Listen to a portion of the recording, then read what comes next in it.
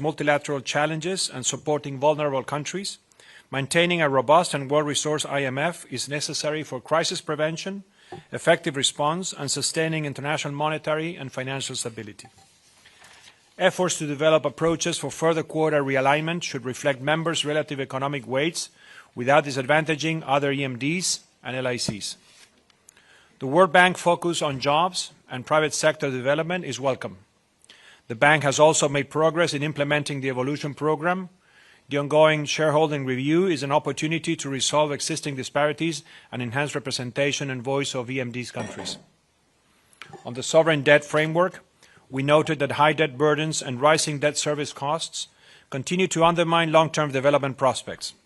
While supporting efforts to further improve the implementation of the common framework, we called for broader reforms of the sovereign debt architecture to focus on fiscal sustainability and improving country risk assessments by credit rating agencies. We emphasize the need for institutional mechanisms for crisis prevention and response to support countries with sustainable debt positions that face short-term liquidity shocks. On development, we called for accelerated global action. We also supported equitable energy transition, supported by innovative financial instruments and multilateral collaboration. On domestic resource mobilization and tax cooperation, we reiterated the effective domestic resource mobilization and multilateral cooperation on tax reforms are essential for mobilizing resources to finance development and address global challenges. Lastly, we encourage renewed international cooperation and urge closer collaboration among Bretton Woods institutions and national governments to restore confidence in the global systems. With these remarks, I'm now ready to entertain your questions. Thank you, Mr. Chair. Before we begin the question and answer session, I kindly ask that all questions remain within the scope of the G-24's mandate and responsibilities. Country-specific or other questions outside this purview should, of course, be raised during the regional press conferences taking place in the coming days. Also, please identify yourself, your outlet, and specify to whom your question will address. So, any first questions? The lady in the pink jacket. Thank you. Thank you for the opportunity. My first question goes to the chair. And in countries where physical buffers have eroded, how can governments responsibly rebuild space without jeopardizing essential social services? And does the global debt architecture needs to be redesigned to reflect the more, fragmented reality? Thanks. Thank you. Thank you for your question. I think you touch upon into a very important topic of discussion. As Managing Director Georgieva always says, everything starts at the domestic level. The domestic imbalances that are created through imprudent fiscal policies are at the core of domestic imbalances. And I think one of the most important aspects that countries should take into account is specifically make their own domestic homework in their domestic finances, such that they are able to rebuild buffers to confront external shocks that every now and then happen. So in that respect, the cooperation and the collaboration that the multilateral development banks and institutions perform are very, very important in that respect, in creating the framework for analysis and execution of those policies, such that they are able to be successful in producing such buffers in the domestic. Because at the end of the day, the fundamental macroeconomic scenario of each country is what will bring growth and employment and investment into respective countries as well. Next question, please. At the front, yes.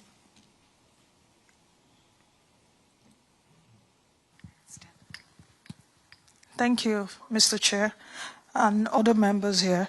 Mr. Chair, this question is for you. Good morning. In light of the communique's acknowledgement that emerging and developing economies are facing deteriorating terms of trade, rising debt burdens and also the limited policy space. How can multilateral institutions like the World Bank and the IMF move, in terms of ensuring that reforms such as perhaps quota management, debt restructuring, and also resource mobilization truly reflect the voices and vulnerabilities of these economies rather than perpetuating, the systemic inequalities that we've seen. Then also for Governor of the Central Bank of Nigeria, it would be nice to know perhaps our own opinion of at least in this meeting, October 2025. Thank you. Thank you very much. I think as countries, we are part of a global framework under which the multilateral institutions play a key role in conjunction with the different countries and different governments in pursuing solid policies that at the same time address social inequalities. I mean, that is, at the end of the day, the most important aspect of what we do in the different governments in different countries. We need to constantly balance the need for growth and the need for addressing social inequalities that arise from the different fiscal imbalances and macroeconomic disorders that sometimes our countries have faced. With the resolution of entering into a clear path of having domestic fiscal balance and being able to put your domestic finances in order, what you have is you basically are subtracting or reducing the weight of government in the decisions that the private market makes. And as such, that is what leads to investment, and that is what leads to growth and to the improvement of the different people within our countries. All that in coordination with the assistance that the multilateral development banks give in terms of allowing for resource mobilization and infrastructure financing in education programs such that our labor force becomes more skilled as well in the future. So the role is very, very important. It is interconnected, and it's part of the multilateralism that we all adhere to. Mr. Cardoso, please. Yeah. Thank you very much. Been very useful to answer the question. It's been very useful, and it's clear to me that under the leadership of the Argentina, being the chair of the G-24, we've certainly advanced the cause with the voice of the emerging economies and been able to get a greater, a more effective seat at the table, especially with respect to the Bretton Woods institutions and getting our voices heard. And I think that in itself is a major step forward. So, of course, our expectation is that the very, very good work that has been done will be further deepened in the years ahead. Thank you, sir. Mr. Malik or Marsh, you have anything to add to? Yep. Okay. No, thank you. Next question, please. Gentleman at front, and we're going to move to the lady in the front as well. Yeah.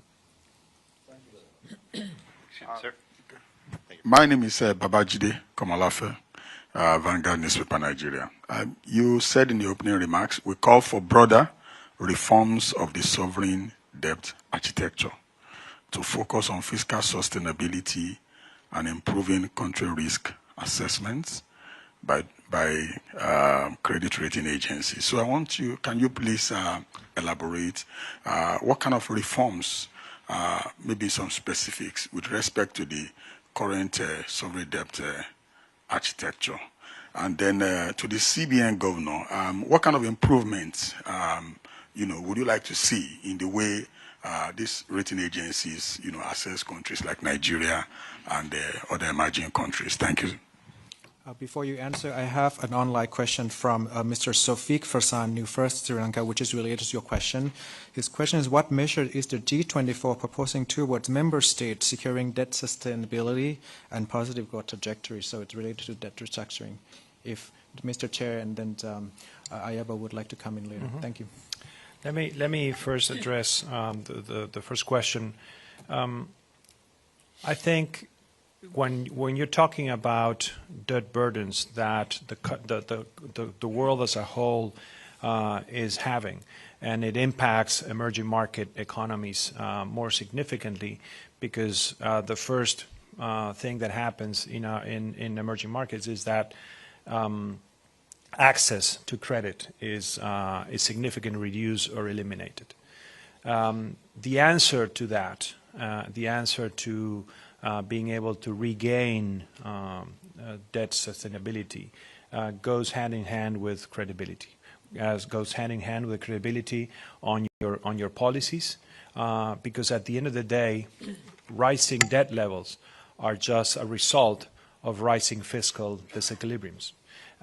So the first thing to attack is your fiscal situation, because from there on you will be able to have the resources to have a better position to refinance or restructure the debt of the different countries that face those burdens. In Argentina, we have tried to regain that credibility and regain market access, always within the framework, the legal framework that is available to us. And as such, we are making big strides in building that credibility, and by our actions in terms of having our fiscal discipline, our monetary discipline, having growth and investment in the country is going to alleviate as well the debt burdens that our country and some other countries face as well. Ms. Marsha? Yes, and if I can add a little to that, I think when we talk about reform of the sovereign debt architecture, we're really looking at the type of sovereign debt resolution that we have now, the common framework. The common framework is really at best some kind of restructuring with a little bit of haircut. So what we call for when we talk about a comprehensive sovereign debt restructuring framework is a framework that includes not only bilateral creditors, a few bilateral creditors, but that also includes the private sector. The private sector is currently not included. So if a country has a private sector debt, it's not included as part of the common framework. And that also goes with the debt to international financial institutions like the IMF and the World Bank.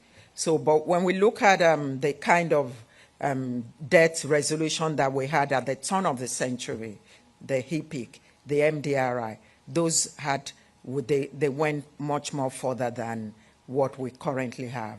So that's the point we make when we say that we want reform of the sovereign debt architecture.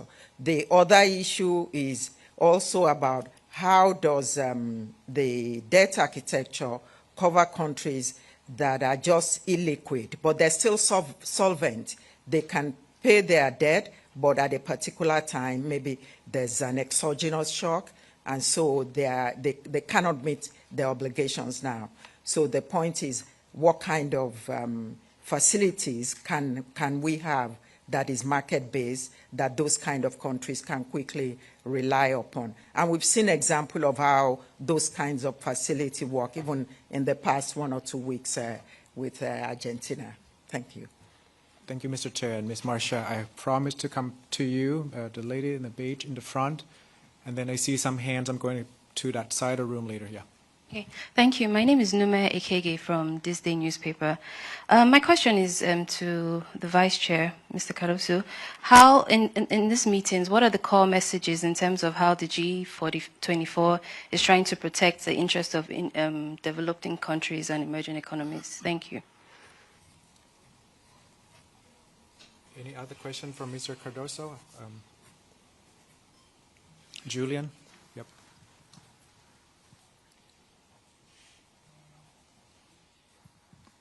Thank you. Julien Piquet, the Africa Report, Jeune Afrique. A follow-up question to that for Governor Cardoso. Was wondering if you could talk a little bit about trade and tariffs, the impact on your countries. One, the impact of the U.S. tariffs, of course, how they're impacting your countries, but also the Chinese now being shut out of the U.S. market and sending a lot of their goods to your countries, particularly Africa. Is that undermining industrialization efforts? Just wondering if you have a common position on what needs to be done on the dual attacks on the trade front. Thank you. If you'd like to respond to your takeaway. Yeah. Well, firstly, I think it's important to say that the G-24 is a body, as far as I can see, with various countries who have common interests. And to the extent that is the case, they've been relatively successful in having a dialogue. Like, for example, this morning we had a dialogue with both the managing director of the IMF as well as the representative of the managing director of the World Bank, where there was an exchange of ideas and an exchange of discourse that basically helps for the leadership of the Bretton Woods institutions to better understand directly from the players what the issues are and where the pain points really are. So from that perspective, I think it's really a very effective engagement. And this, as you all know, is something that goes on a regular basis. And of course, the communique that comes out also is very, very, very useful in the sense that it moves from issues of domestic resource mobilization to inflation and all the various commonalities that the G24 members have. So from that perspective, I think it's been pretty effective, and they learn from us and we also learn from them. And there were certain things that came out today that I found quite useful. They were talking about the fact that growth is behind, but not as behind as would have been expected to be. And also the fact that one of the issues that can help to get many of our countries out of a difficult situation, of course, are macroeconomic policies, and sound macroeconomic policies at that. And the correlation between those who've adopted sound macroeconomic policies and growth and disinflation, and obviously having to stay the course. So those are very, very critical issues that came out. With respect to trade and tariffs, really from Nigeria's perspective, frankly, less of a problem for us. And I think we were very fortunate because a lot of the things that were needed to have been done, we did them much earlier. And as a result of that, we were able to create resilience and buffers against potential shocks. So, and of course, in terms of anchoring expectations, we found that those who followed the Nigerian economy were fairly comfortable. And for us, again, oil is basically the only commodity that was so exposed, and the impact on that was relatively modest. Now we have a more competitive currency, because to the question you asked on China, we have a more competitive currency, with the result that for once we have a situation where we have a positive balance of trade. We have a trade surplus, and we expect it to be 6% to GDP or thereabouts, and remain in that for some time. So basically what is happening is a complete restructuring of the economy, where with a competitive currency, it's encouraging people to go into domestic production and, of course, discouraging imports. Thank you, Governor. I'm going to move to that side. I think I see the hand from the lady in the black jacket. Yes, please. That's you. The microphone is next to you. Hello, it is Fern Skovgaard from Invest Gains Capital. We are doing digital bonds, which I would like to bring because we are also working with FT and SG Global. We are sharing our progress of a pilot in South Africa. So I would like to hear your opinion about what you feel about involving private capital, because digital bonds attracts new investor classes. Maybe this is a good question for Ms. Marsha, or this is not inside of your purview? It's outside. Okay, I think you should raise the question in other press conference on digital bonds. Sir, with the pink tie, yeah. Thanks. Igor Nemushin with the RIA News Agency and DC Bureau. Frankly speaking, question to all the participants. What are your attitudes towards settling bilateral trade to national currencies? What advantages and disadvantages do you see? And what is your country's stance on this issue? Thank you. Can you repeat your question again? This is to... The question about switching to national currencies in bilateral trade. What is your country's attitude towards this issue, and what advantages and disadvantages do you see? Thank you. That's a very complex question, but we have 5 minutes left. So just want to remind every panelist that we have only 5 minutes, so maybe a quick response if you'd like to jump in. Yeah. Yeah, from Pakistan perspective, we've been working quite hard to diversify and settle some trade in local currencies. We've signed a currency swap agreement with People's Republic of China, with Central Bank of China. And one of the objectives is to assist in transition to local currencies. So we are very keen on that, and gradually we are working on that to diversify. Objective is just to diversify, and it's really up to the choice of the traders, importers and exporters, which currencies they want to denominate. But we, as a central bank, want to have provide an enabling environment to the businesses so that they can make a choice, a commercial choice, if they want to determine or denominate their trade in local currencies. So we are supportive in that, and we are working hand in hand with the industry on that. Thank you. Mr. Chair, Mr. Cardoso, would you like to respond, or? Well, I thought the question was on settling with digital currency, right? In national currency. Oh, I'm sorry. Yeah. Okay, very good. Local currency. Yeah, local currency. I'm sorry. Okay. We've had an experiment with that, and to be frank, it didn't work out very well for us. That's not to say that we are not interested in doing this. We are, and we are really at an elementary stage of putting up a framework now that our currency is more competitive to be able to ensure that it's a win-win for everybody. In terms of local currencies and being used local currencies in trade, Argentina has historically had a very weak currency, and as such, we have been trading in what global currencies are, mostly U.S. dollars, euros, and yen and renminbi as well. So we are in no position to force anyone to accept our local currency yet. It'll come the time. So we have another online question I received from Abdurrahman Ahmed, Al Arabi TV. This is to Ms. Masha. How could G24 help Syria in building its economy, which is a member of G24? Yes, thank you for that.